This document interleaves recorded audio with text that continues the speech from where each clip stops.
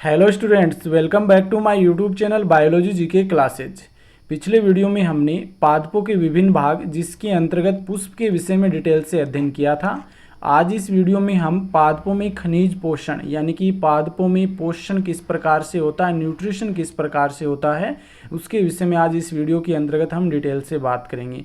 सामान्यतः जितने भी पोषक तत्व पाए जाते हैं उनको हम दो भागों में बांटते हैं, एक तो गुरु पोषक तत्व और एक लघु पोषक तत्व है। तो इस वीडियो के अंतर्गत हम गुरु पोषक तत्व कौन से हैं, लघु पोषक तत्व कौन से हैं और NPK यानी कि नाइट्रोजन, फॉस्फोरस, पोटेशियम जिसे हम क्रांतिक पोषक तत्व भी कहते हैं, इन सभी के विषय में आज इस वीडियो के अंतर्गत हम डिटेल से बात करेंगे। यह वीडियो नीट के लिए बहुत ही महत्वपूर्ण है और इसके अलावा हम बात करें तो रीट के लिए भी बहुत ही महत्वपूर्ण है, क्योंकि रीट में अलग से टॉपिक दे रखा है पादपों में पोषण, जिसके अंतर्गत आपके ये टॉपिक शामिल किए गए हैं। इसके अलावा जितने भी कंपटीशन एग्जाम हैं उन सभी के लिए बहुत ही महत्वपूर्ण है, क्योंकि इनसे संबंधित क्वेश्चन बहुत बार कंपटीशन एग्जाम में पूछे जाते हैं। तो आप इस वीडियो को शुरू से लेकर अंत तक ध्यानपूर्वक देखिए और यदि अभी तक आपने मेरे चैनल को सब्सक्राइब नहीं किया है तो सब्सक्राइब जरूर कर लीजिए। तो आइए शुरू करते हैं। पादपों में पोषण। सबसे पहले तो हम बात करते हैं कि पोषण किसे कहते हैं। देखो, सामान्यतः हमारी बात करें तो हम जो भोजन शरीर के अंदर हम शारीरिक वृद्धि और मानसिक जो वृद्धि है या शारीरिक क्रियाएं हैं उन सभी को नियमित रूप से बनाए रखने के लिए जो भोजन हम ग्रहण करते हैं उसी क्रिया को हम क्या कहते हैं, पोषण कहते हैं। तो हम इस वीडियो के अंतर्गत पादपों की बात कर रहे हैं, अलग से वीडियो डालेंगे जिसके अंतर्गत हम ह्यूमंस या एनिमल्स की बात करेंगे। तो पादपों में हम बात करें तो पोषण किसे कहते हैं, वह क्रिया जिसके द्वारा कोई जीव अपनी शारीरिक क्रियाओं तथा शारीरिक वृद्धि को नियमित रखते हुए पोषक पदार्थ प्राप्त करता है या पोषण प्राप्त करता है, उस क्रिया को पोषण या न्यूट्रिशन कहते हैं। यानी कि कोई भी जीव है जो अपनी शारीरिक क्रियाएं और जो शारीरिक वृद्धि है उसको बनाए रखने के लिए जो पोषक तत्व या जो पोषक पदार्थ है वो ग्रहण करता है, और उस ग्रहण करने की जो क्रिया है वो कहलाती है पोषण। और इसके विषय में कुछ विद्वान यानी कि वैज्ञानिक हुए हैं जिन्होंने अलग अलग प्रकार से कथन दिए हैं। जैसे सबसे पहले हम बात करते हैं वॉन हेलमोंट की। वॉन हेलमोंट के अनुसार वे प्रथम वैज्ञानिक थे जिन्होंने प्रायोगिक रूप से पौधे में मृदा से पोषण प्राप्त करना दर्शाया था। यानी कि सबसे पहले वॉन हेलमोंट नामक वैज्ञानिक थे जिन्होंने बताया कि जो पौधे होते हैं ये मृदा से पोषण प्राप्त करते हैं, और प्रायोगिक रूप से इसे सत्यापित किया था। इसके बाद में वैज्ञानिक आते हैं वुडवार्ड। वुडवार्ड के अनुसार हम बात करें तो इन्होंने मृदा में पौधों के लिए पोषक तत्वों की उपस्थिति के बारे में बताया। तो वुडवार्ड ने बताया कि जो मृदा है उसमें विभिन्न प्रकार के पोषक तत्व पाए जाते हैं जिनको प्लांट ग्रहण करते हैं। इसके बाद में आते हैं लिबिंग, जो कि बहुत ही महत्वपूर्ण है। इन्होंने न्यूनता का सिद्धांत का प्रतिपादन किया था। यानी कि लिबिंग नामक जो वैज्ञानिक थे, साइंटिस्ट थे, इन्होंने न्यूनता के सिद्धांत का प्रतिपादन किया था, और इस सिद्धांत के अनुसार इन्होंने बताया कि किसी मृदा की उत्पादकता उस तत्व पर निर्भर करती है जिसकी मात्रा न्यूनतम होती है। जैसे एग्जाम्पल के रूप में हम देख सकते हैं कि कोई मिट्टी है, उसमें जो पौधा हम लगाते हैं तो उस मिट्टी में अगर मान लीजिए नाइट्रोजन की मात्रा बहुत कम होती है तो नाइट्रोजन है वो सबसे अधिक उस पादप की वृद्धि को प्रभावित करेगा। जैसे एग्जाम्पल के रूप में हम सामान्यतः देख सकते हैं जैसे CO2 की मात्रा वायुमंडल में बहुत ही कम होती है, 0.03% होती है। तो ये एक हम मान सकते हैं कि ये न्यूनता के सिद्धांत के अनुसार है।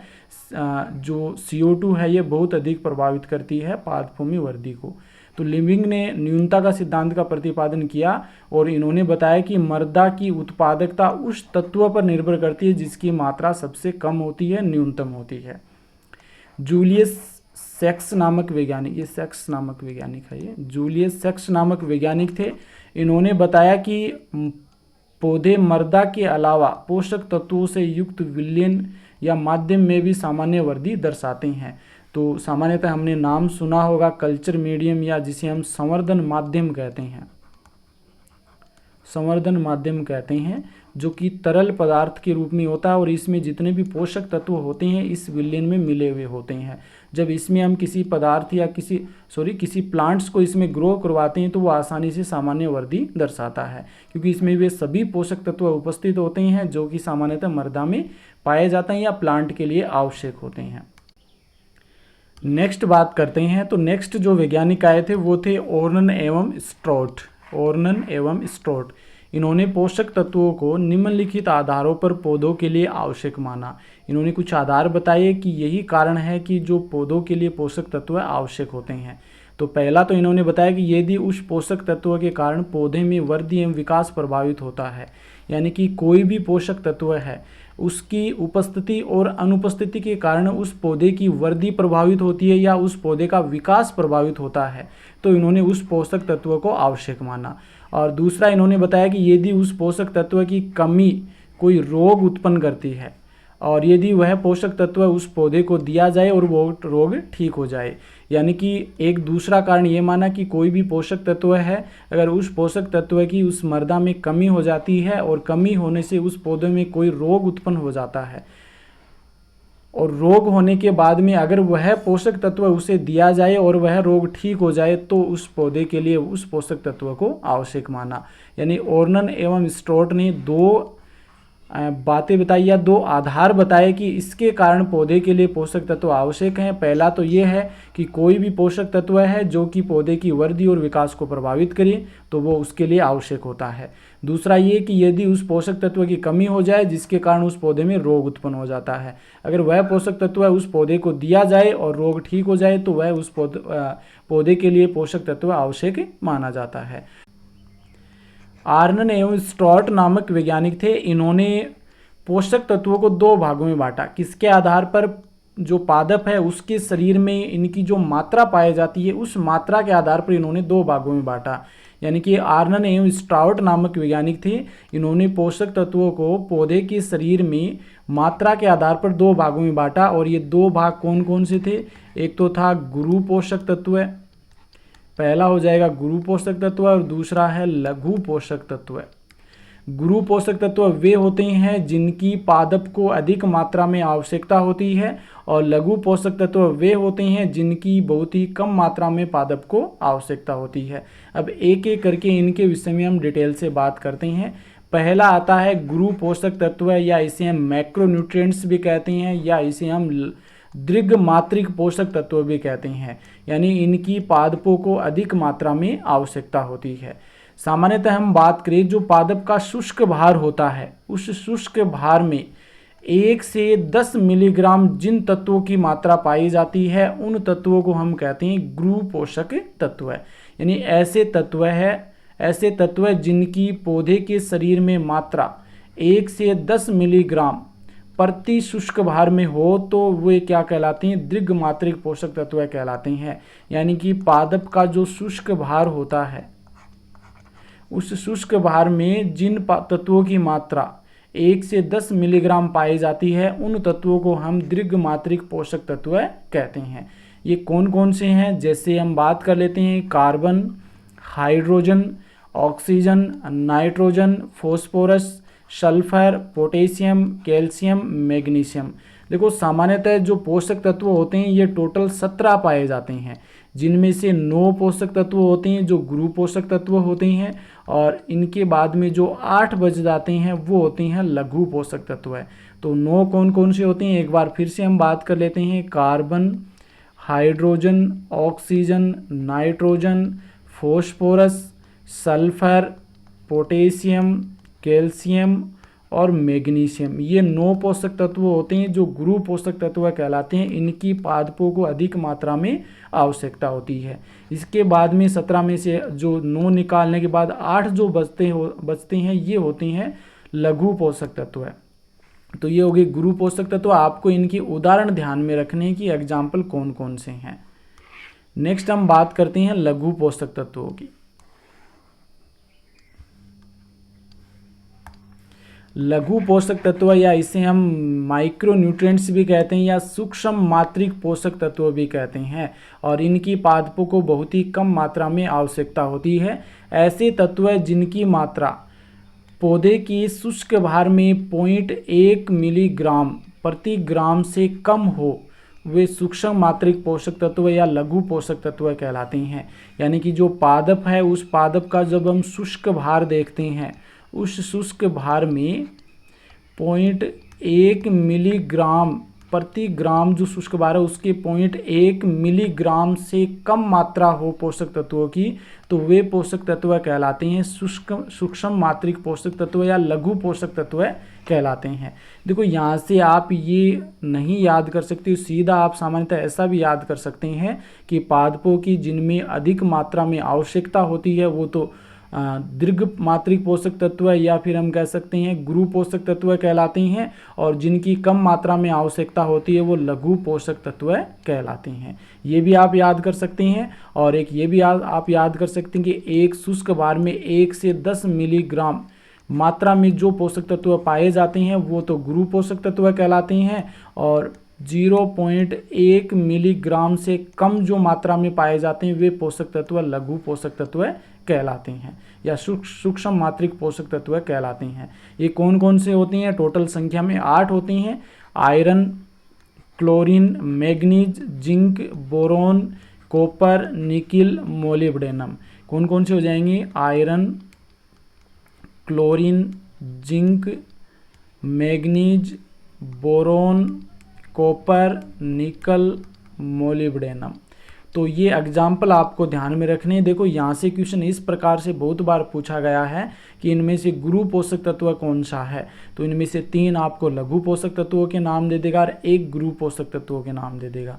तो इनको आप अच्छे से ध्यान में रखने कि लघु पोषक तत्व कौन से हैं। टोटल 8 होते हैं, 8 को आपको याद करना है, और गुरु पोषक तत्व जो कि 9 होते हैं उन 9 को आपको याद रखना है।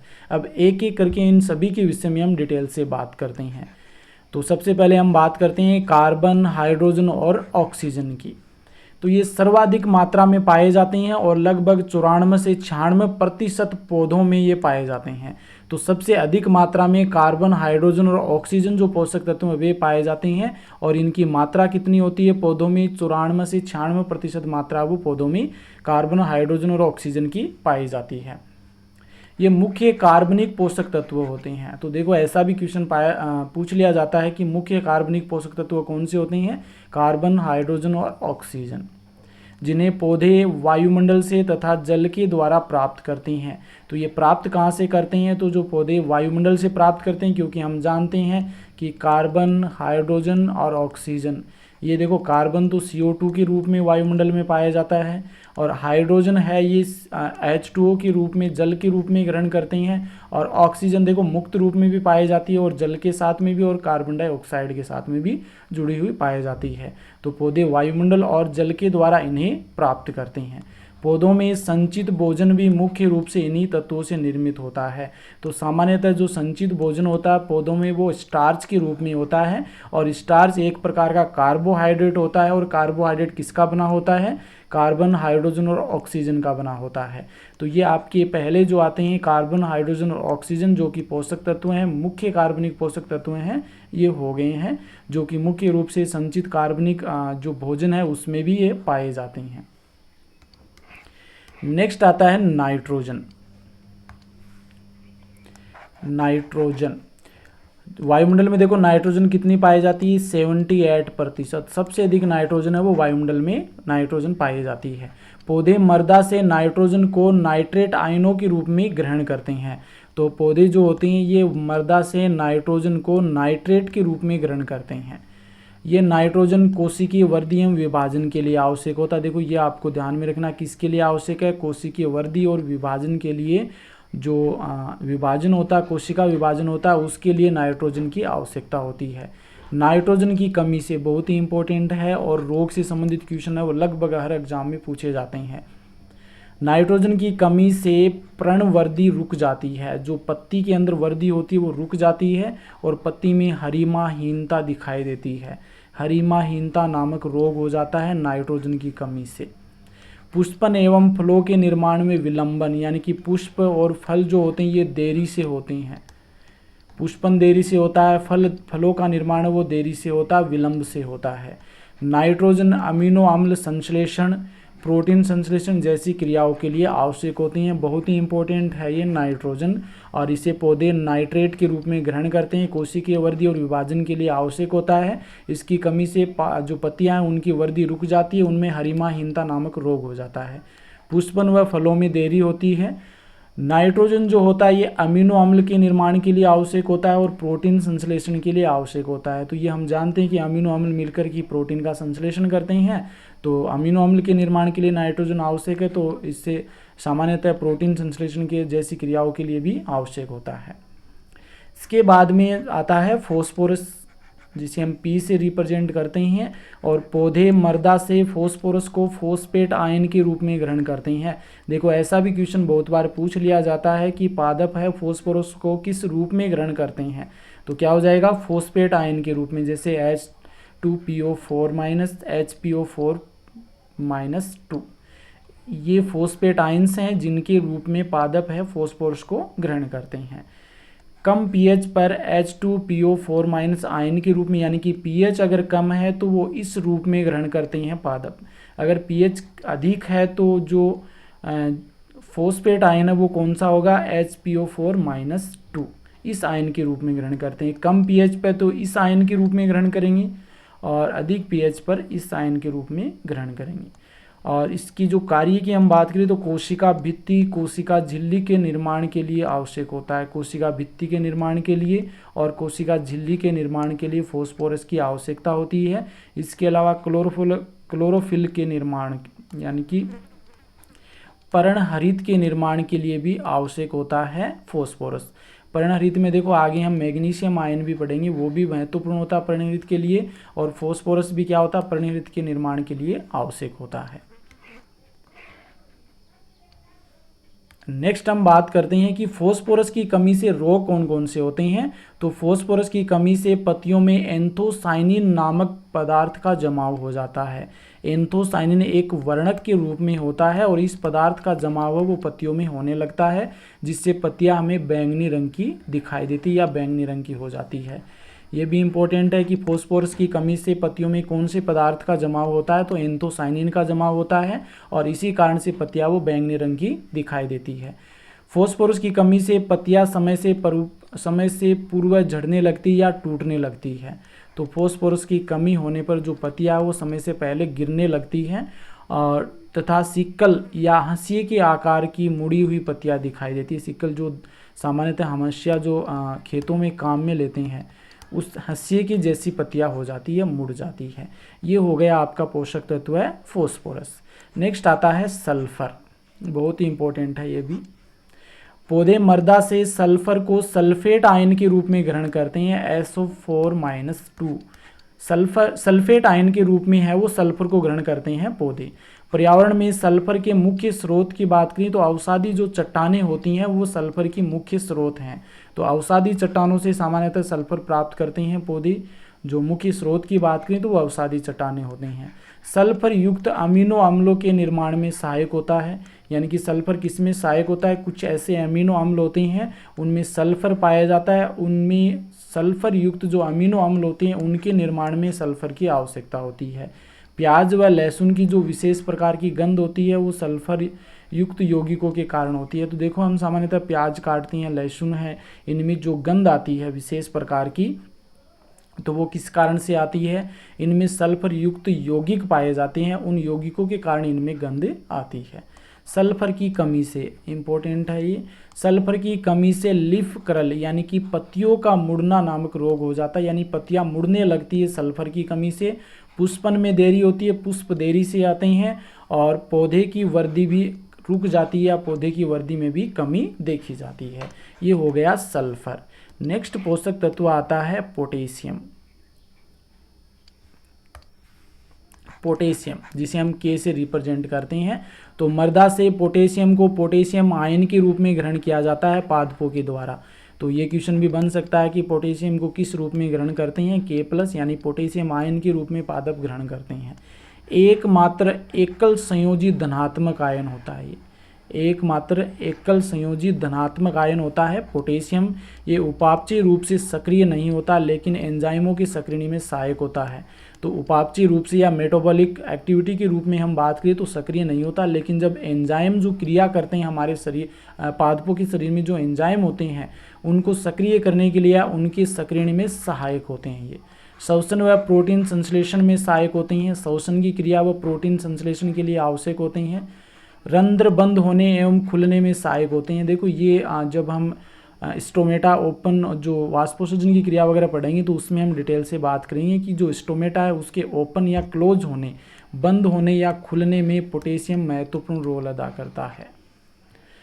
कोशिका झिल्ली के निर्माण में सहायक होते हैं। तो कोशिका झिल्ली होती है जो सेल मेम्ब्रेन होती है, उसके निर्माण में पोटेशियम सहायक होता है। और इसकी कमी से, इम्पोर्टेंट है ये, इसकी कमी से पर्ण शीर्ष व कई बार संपूर्ण पत्ती झुलस जाती है, मुरझा जाती है। यानी कि पोटेशियम की कमी से जो पत्तियां होती है वो मुरझा जाती है या झुलस जाती है। श्वसन एवं प्रोटीन संश्लेषण इसी की कमी से क्या हो जाता है, धीमा हो जाता है। अगर पोटेशियम की कमी हो जाती है तो श्वसन और जो प्रोटीन संश्लेषण की क्रिया है वो धीमी हो जाती है। जड़ तंत्र यानी कि जो रूट सिस्टम होता है उसका विकास है वो पोटेशियम की कमी के कारण प्रभावित होता है। ये हो गया पोटेशियम पोषक तत्व है। नेक्स्ट हम बात करते हैं कैल्शियम। कैल्शियम जो कि बहुत ही महत्वपूर्ण है। मृदा में कैल्शियम कार्बोनेट से कैल्शियम आयन के रूप में ग्रहण किया जाते हैं। तो पादप जो होते हैं ये कैल्शियम को किस रूप में ग्रहण करते हैं, कैल्शियम आयन के रूप में ग्रहण करते हैं कैल्शियम कार्बोनेट से। मध्य पटलिका के निर्माण में सहायक होते हैं। देखो जो पादप कोशिका होती है उसकी जो मध्य पटलिका है उसमें कैल्शियम और मैग्नीशियम के पेक्टेट पाए जाते हैं। तो मध्य पटलिका के निर्माण में सहायक होता है कैल्शियम। जड़ों एवं तने के शीर्ष पर विभजोतक के विकास में सहायक होता है। जो जड़ें और तने होती हैं इनके शीर्ष पर विभजोतक उत्तक पाए जाते हैं, मेरिस्टेमेटिक टिश्यू पाए जाते हैं। उन मेरिस्टेमेटिक टिश्यू या विभजोतक उत्तक के विकास में सहायक होते हैं। कोशिका झिल्ली की पारगम्यता का नियंत्रण है वो कैल्शियम आयन के द्वारा किया जाता है। कोशिका झिल्ली की पारगम्यता का नियंत्रण सोडियम व मैग्नीशियम आयन के विषाक्त प्रभाव को उदासीन करता है। सोडियम और मैग्नीशियम का जो विषाक्त प्रभाव है उसको उदासीन करने का कार्य कौन करता है, कैल्शियम आयन करता है। और इसकी कमी से तने व जड़ की लंबाई कम रह जाती है। तो कैल्शियम आयन की जब कमी हो जाती है तो तने व जड़ की लंबाई वो कम रह जाती है। पुष्पन विलंब से होता है, यानी कि जो फूल निकलते हैं वो बहुत ही देरी से निकलते हैं। पुष्प समय से पूर्व झड़ जाते हैं, पुष्प जो होते हैं वो समय से पूर्व झड़ जाते हैं और पर्ण का विकास भी रुक जाता है। तो ये कैल्शियम जो पोषक तत्व है उसकी मुख्य विशेषता होगी कि उसके मुख्य कार्य क्या है और उसकी कमी से क्या क्या हो सकता है। नेक्स्ट हम बात करते हैं मैग्नीशियम की। मैग्नीशियम आयन जिसे हम Mg से रिप्रेजेंट करते हैं और मृदा से जो पादप हैं इसे मैग्नीशियम आयन के रूप में ग्रहण करते हैं, मैग्नीशियम आयन के रूप में ग्रहण करते हैं। ये मध्य पटलिका के निर्माण में सहायक होते हैं। देखो अभी मैंने आपको बताया कि जो मध्य पटलिका होती है इस पर कैल्शियम और मैग्नीशियम पेक्टेट का जमाव होता है। तो मैग्नीशियम आयन है वो भी मध्य पटलिका के निर्माण में सहायक होता है। क्लोरोफिल का मुख्य घटक होता है। जिस प्रकार से हीमोग्लोबिन में आयरन पाया जाता है, हमारे शरीर की हम बात करें उसी प्रकार से पादपों में जो क्लोरोफिल वर्णक पाया जाता है उसमें क्या होता है, मैग्नीशियम आयन पाया जाता है, मुख्य घटक होता है। राइबोसोम की उप इकाइयों को जोड़ने में सहायता करता है। जब आरएनए या डीएनए का जब उस समय निर्माण होता है या प्रोटीन संश्लेषण का उस समय प्रोटीन संश्लेषण की उस समय क्रिया होती है, तो उस समय जो प्रोटीन संश्लेषण के समय जब राइबोसोम की दोनों सब यूनिट होती हैं, 2 सब यूनिट पाए जाते हैं। राइबोसोम की जो दोनों सब यूनिट हैं वो मैग्नीशियम आयन की सांद्रता पर ही डिपेंड करती है। मैग्नीशियम आयन की सांद्रता है वो क्या करती है, राइबोसोम की उप इकाई को जोड़ने और इनको अलग करने में सहायक होती है। एंजाइमों का सक्रिय कारक होता है। तो एंजाइमों को सक्रिय करने के लिए सक्रिय कारक के रूप में ये कार्य करता है। और इसकी कमी की बात करें तो मैग्नीशियम की कमी से क्लोरोफिल का निर्माण प्रभावित होता है, क्योंकि मैग्नीशियम धातु है वो क्लोरोफिल में मुख्य रूप से पाई जाती है और इसकी कमी हो जाती है तो क्लोरोफिल निर्माण प्रभावित होता है। मुख्य रूप से जो नए विकसित पौधे हैं उनमें अधिक प्रभावित होता है। जड़ों में गांठों का निर्माण है वो मैग्नीशियम की कमी हो जाने के कारण क्या होता है, गांठों का निर्माण शुरू हो जाता है। नेक्स्ट हम बात करते हैं आयरन की। आयरन या जिसे हम सामान्यतः लोहा भी कहते हैं। तो मृदा से फेरस, देखो ये फॉर्मूले आपको ध्यान में रखने, Fe+2 हो तो वो फेरस होता है, Fe+3 हो तो वो फेरिक होता है। तो मृदा से फेरस Fe+2 तथा फेरिक Fe+3 आयन के रूप में अवशोषित करता है। तो मृदा से पादप किस रूप में आयरन को ग्रहण करता है? Fe+2 यानी फेरस के रूप में, Fe+3 यानी कि फेरिक के रूप में ग्रहण करता है। हालांकि Fe+2 अवस्था में आयरन उपापचयी क्रियाओं में भाग लेता है। देखो, ग्रहण तो दोनों रूपों में करता है, लेकिन उपापचयी क्रिया में जो भाग लेता है आयरन, तो उसमें Fe+2 यानी कि फेरस जो अवस्था होती है वो उपापचयी क्रियाओं में भाग लेती है।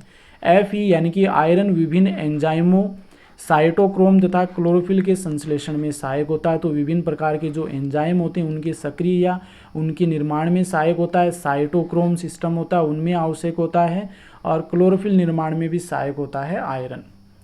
सूक्ष्म मात्रिक होते हुए भी विभिन्न उपापचयी क्रियाओं के लिए आवश्यक होता है। आयरन क्या होता है? एक सूक्ष्म मात्रिक पोषक तत्व होता है, फिर भी विभिन्न उपापचयी क्रियाओं के लिए आवश्यक तत्व होता है। देखो, इनको आप जब पीछे हमने गुरु पोषक तत्व और लघु पोषक तत्व पढ़े थे, उसमें इनके नाम आपको सभी के याद होने चाहिए कि गुरु पोषक तत्व कौन से होते हैं, लघु पोषक तत्व कौन से होते हैं। ये टोटल 9 होते हैं और ये 8 होते हैं। तो इनमें जो आयरन होता है ये लघु पोषक तत्व होता है, सूक्ष्म मात्रिक पोषक तत्व होता है, लेकिन ये उपापचयी क्रियाओं को प्रभावित करता है। आयरन की कमी से विभिन्न पदार्थों का परिवहन, श्वसन व उपापचयी क्रियाएं प्रभावित होती है। यानी कि आयरन की जब कमी हो जाती है तो पदार्थों का परिवहन प्रभावित होता है, श्वसन की क्रिया प्रभावित होती है, और उपापचयी क्रिया जो मेटाबॉलिक एक्टिविटी होती है वो भी प्रभावित होती है।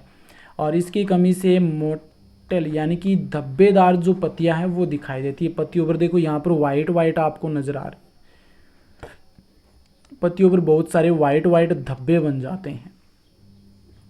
मोटेड लीव्स यानी कि धब्बेदार पत्तियां है वो दिखाई देती है आयरन की कमी से। पत्तियों पर धब्बे बन जाते हैं आयरन की कमी से। नेक्स्ट हम बात करते हैं क्लोरीन की। क्लोरीन जिसे Cl से रिप्रेजेंट करते हैं। तो मृदा से क्लोराइड आयन के रूप में पादप इन्हें अवशोषित करते हैं। तो मृदा से जो पादप होते हैं क्लोराइड आयन के रूप में इन्हें ग्रहण किया जाता है। प्रकाश संश्लेषण में सहायक होते हैं। देखो, उसमें जल का जब प्रकाशिक अपघटन होता है तो उसमें क्लोरीन और जो मोलिब्डेन जो मैग्नीज होता है उसकी आवश्यकता होती है। तो प्रकाश संश्लेषण के लिए आवश्यक होता है क्लोरीन। प्रकाश संश्लेषण के दौरान O2 मुक्त कराता है। ये प्रकाश संश्लेषण में जब जल का प्रकाशिक अपघटन होता है तो उसमें ऑक्सीजन मुक्त कराने के लिए आवश्यक होता है। पौधे में जल संतुलन बनाए रखने के लिए सहायक होता है, जल संतुलन में सहायक होता है। इसकी कमी से पौधे में जल की स्थायी रूप से कमी होने लगती है। अगर क्लोरीन की कमी हो जाती है तो उस पौधों में जल की स्थायी रूप से कमी होने लगती है तथा पौधा तांबे के रंग का दिखाई देता, तांबे का रंग का हो जाता है जो पौधा है। यानी कि जब क्लोरीन की कमी हो जाती है तो उसमें जल की कमी आ जाती है, और जल की कमी होने से जो पौधा है वो तांबे के रंग का दिखाई देने लगता है। जड़ें छोटी रह जाती है और फूली हुई दिखाई देती है। क्लोरीन की कमी से जड़ें छोटी रह जाती है और जड़ें फूल जाती है। प्रकाश संश्लेषण की दर है वो धीमी हो जाती है। क्लोरीन की कमी होने पर प्रकाश संश्लेषण की दर धीमी हो जाती है। तो ये हो गया क्लोरीन। ये आपको ध्यान में रखना कि जल का प्रकाशिक अपघटन के लिए क्लोरीन और जो मैग्नीज आयन होता है इनकी आवश्यकता होती है। नेक्स्ट हम बात करते हैं मैग्नीज। Mn+2 अवस्था के रूप में ग्रहण करते हैं। यानी कि पादप इसे किस रूप में ग्रहण करते हैं? Mn+2 के रूप में ग्रहण किया जाता है, मैग्नीज आयन के रूप में। श्वसनीय एंजाइमों को सक्रिय करता है। ये जो श्वसन में उपयोगी जो एंजाइम होते हैं उनको सक्रिय करने के लिए आवश्यक होता है। आयरन की विलयशीलता को कम करता है। यानी कि मैग्नीज आयन है ये आयरन की जो लोहा तत्व है उसकी विलयशीलता को कम करता है, अर्थात इसकी अधिकता से आयरन की कमी हो जाती है। अगर मैग्नीज अधिक मात्रा में हो जाता है तो आयरन क्या हो जाए, इसकी मात्रा अधिक हो जाने पर आयरन में कमी आ जाएगी। क्लोरोफिल निर्माण में सहायक होता है, और इसकी कमी से जई का ग्रे स्पॉट रोग हो जाता है और मटर का मार्श स्पॉट रोग हो जाता है। वेरी इंपॉर्टेंट है, यहाँ से क्वेश्चन है वो बहुत बार पूछा गया, नीट में भी बहुत बार आया है और रीट में भी पूछा गया है। तो ये दोनों रोग आपको ध्यान में रखने हैं कि जई का ग्रे स्पॉट रोग किसकी कमी से होता है? मैग्नीज की कमी से होता है। मटर का मार्श स्पॉट रोग किसकी कमी से होता है? मैग्नीज की कमी से होता है। श्वसन क्रिया को ये प्रभावित करता है। वेरी इंपॉर्टेंट, यहाँ से क्वेश्चन पूछे जाने की अधिक संभावना है। नेक्स्ट है जिंक। जिंक जिसे हम Zn से रिप्रेजेंट करते हैं, इसे मर्दा से जो पादप है वो Zn+2 आयन के रूप में ग्रहण करता है, जिंक आयन के रूप में ग्रहण करता है। यानी कि मर्दा से जो पादप है वो इसे Zn+2 आयन के रूप में ग्रहण करता है। ट्रिप्टोफन के संश्लेषण में आवश्यक होता है ट्रिप्टोफन, जो कि एक एमिनो एसिड होता है और इसके संश्लेषण के लिए जिंक आवश्यक होता है। एंजाइमों के सक्रिय कारक के रूप में कार्य करता है, यानी एंजाइमों को सक्रिय करने के लिए आवश्यक होता है और इसकी कमी से उपापचय क्रियाएं वो धीमी होने लगती है, उपापचय क्रियाएं धीमी पड़ जाती है, श्वसन क्रिया प्रभावित होती है, पत्तियां छोटी रह जाती है, पत्तियां बहुत ही छोटी रह जाती है। तो जिंक जिसे हम जो पादप होते हैं ये जिंक आयन के रूप में ग्रहण करते हैं और ट्रिप्टोफन जो एमिनो एसिड है उसके संश्लेषण में सहायक होता है। नेक्स्ट हम बात करते हैं बोरोन, जिसे बी से रिप्रेजेंट करते हैं और इसे मर्दा से पादप बोरेट आयनों के रूप में ग्रहण करता है। बोरेट आयन कौन कौन से हैं? BO3-3 और एक है B4O7-2। ये बोरेट आयन है, इनके रूप में पादप है वो मर्दा से बोरोन को ग्रहण करते हैं।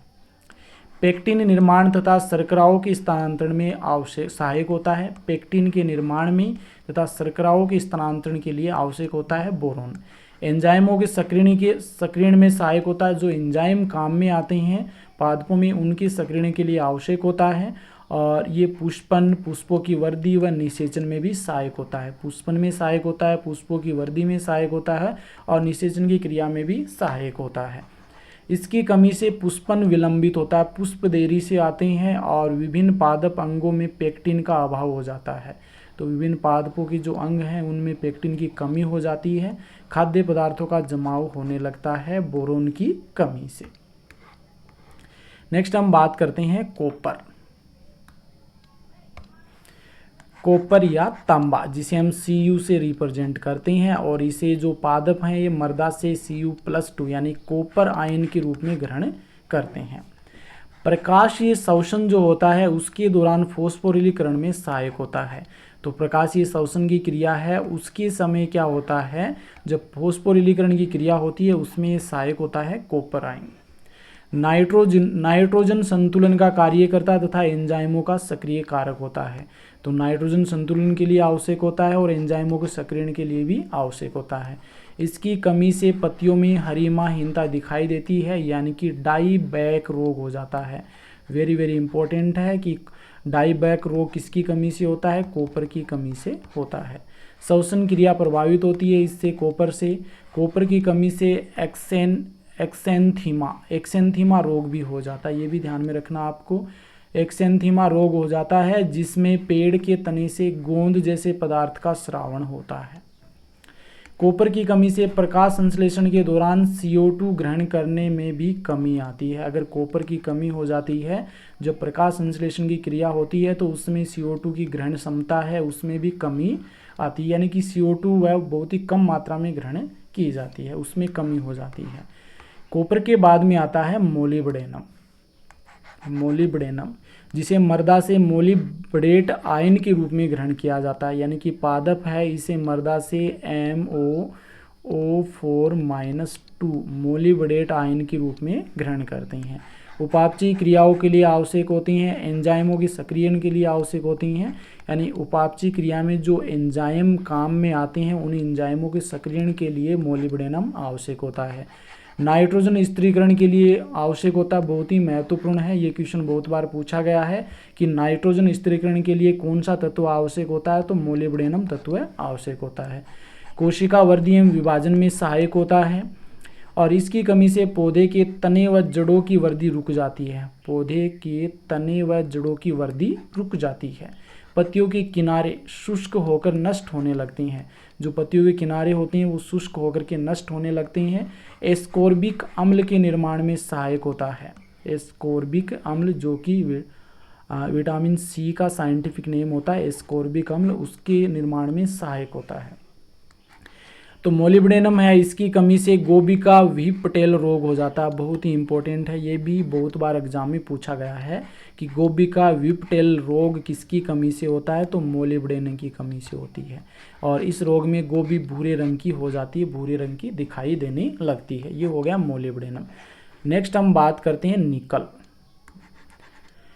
ये सूक्ष्म मात्रिक पोषक तत्व है और इसकी सबसे कम मात्रा में आवश्यकता होती है। तो ये क्वेश्चन भी बन सकता है यहाँ से कि सबसे कम मात्रा में किस पोषक तत्व की आवश्यकता होती है, तो निकिल की आवश्यकता सबसे कम मात्रा में हो सकती है।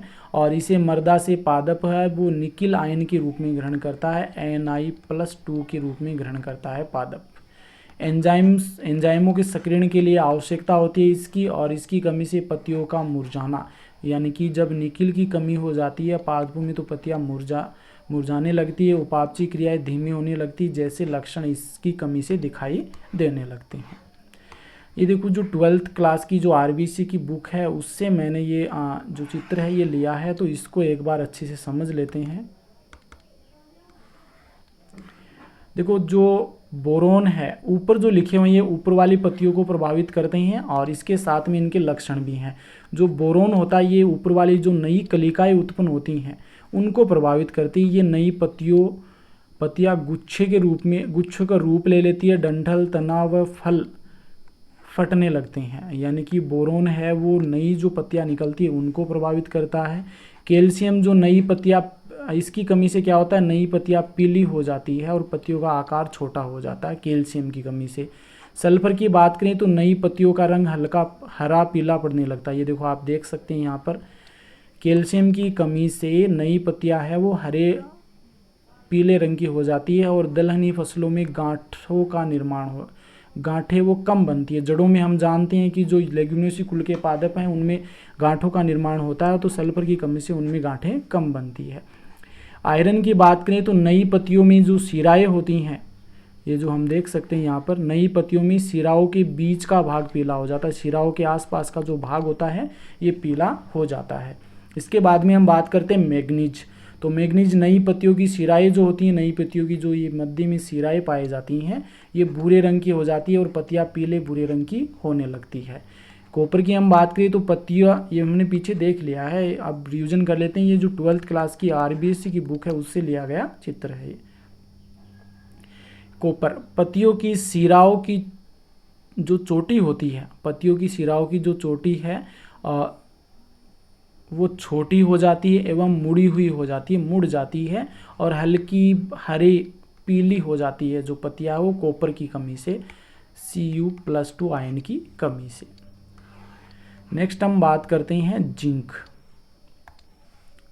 जिंक की कमी से पुरानी पत्तियों पर हल्के पीले धब्बे दिखाई देने लगते हैं, जो कि आप इस पत्ती में देख सकते हैं, और सिरा के दोनों ओर रंगहीन पट्टी का बनना और इसकी कमी का मुख्य लक्षण है।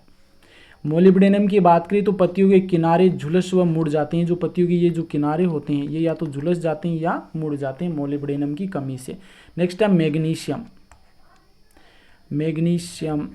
Mg+2। तो पुरानी पत्तियों की, ये तो नई जो ऊपर वाले अभी हमने पढ़े हैं ये सभी नई पत्तियों को प्रभावित करने वाले कारक हैं। और अब हम बात कर रहे हैं पुरानी पत्तियां। तो मैग्नीशियम ये पुरानी पत्तियों की जो नसें हम किसे कहते हैं, जो सिराएं जो बनती हैं उसे हम कहते हैं नसें। जो सिराएं होती हैं ये हरी रहती हैं लेकिन उनके बीच का स्थान पीला पड़ जाता है। ये देखो यहाँ पर हम देख सकते हैं ये सिराएं जो होती हैं ये तो हरी रहती हैं लेकिन इनके मध्य का जो स्थान होता है ये वाला, ये स्थान पीला पड़ जाता है। नेक्स्ट है पोटेशियम। पोटेशियम पुरानी पत्तियों के किनारे पीले पड़ जाते हैं और पत्तियां बाद में भूरी व झुलसी हुई दिखाई देती है। पुरानी जो पत्तियां इनके किनारे पीले पड़ जाती हैं और बाद में ये पत्तियां झुलसी हुई दिखाई देती है, मुरझाई हुई दिखाई देती है। नेक्स्ट हम बात करते हैं फॉस्फोरस। पत्तियों या तनों पर लाल या बैंगनी रंग आ जाता है। जो पत्तियां या जो तने होती हैं इसमें आप देख सकते हैं ये लाल या बैंगनी रंग की हो जाती हैं और जड़ों के फैलाव में कमी आ जाती है। नेक्स्ट है नाइट्रोजन। नाइट्रोजन पुरानी पत्तियों का रंग पीला पड़ जाता है और अधिक कमी होने पर पत्तियां भूरी होकर के सूख जाती है, जो कि आप इस चित्र में देख सकते हैं।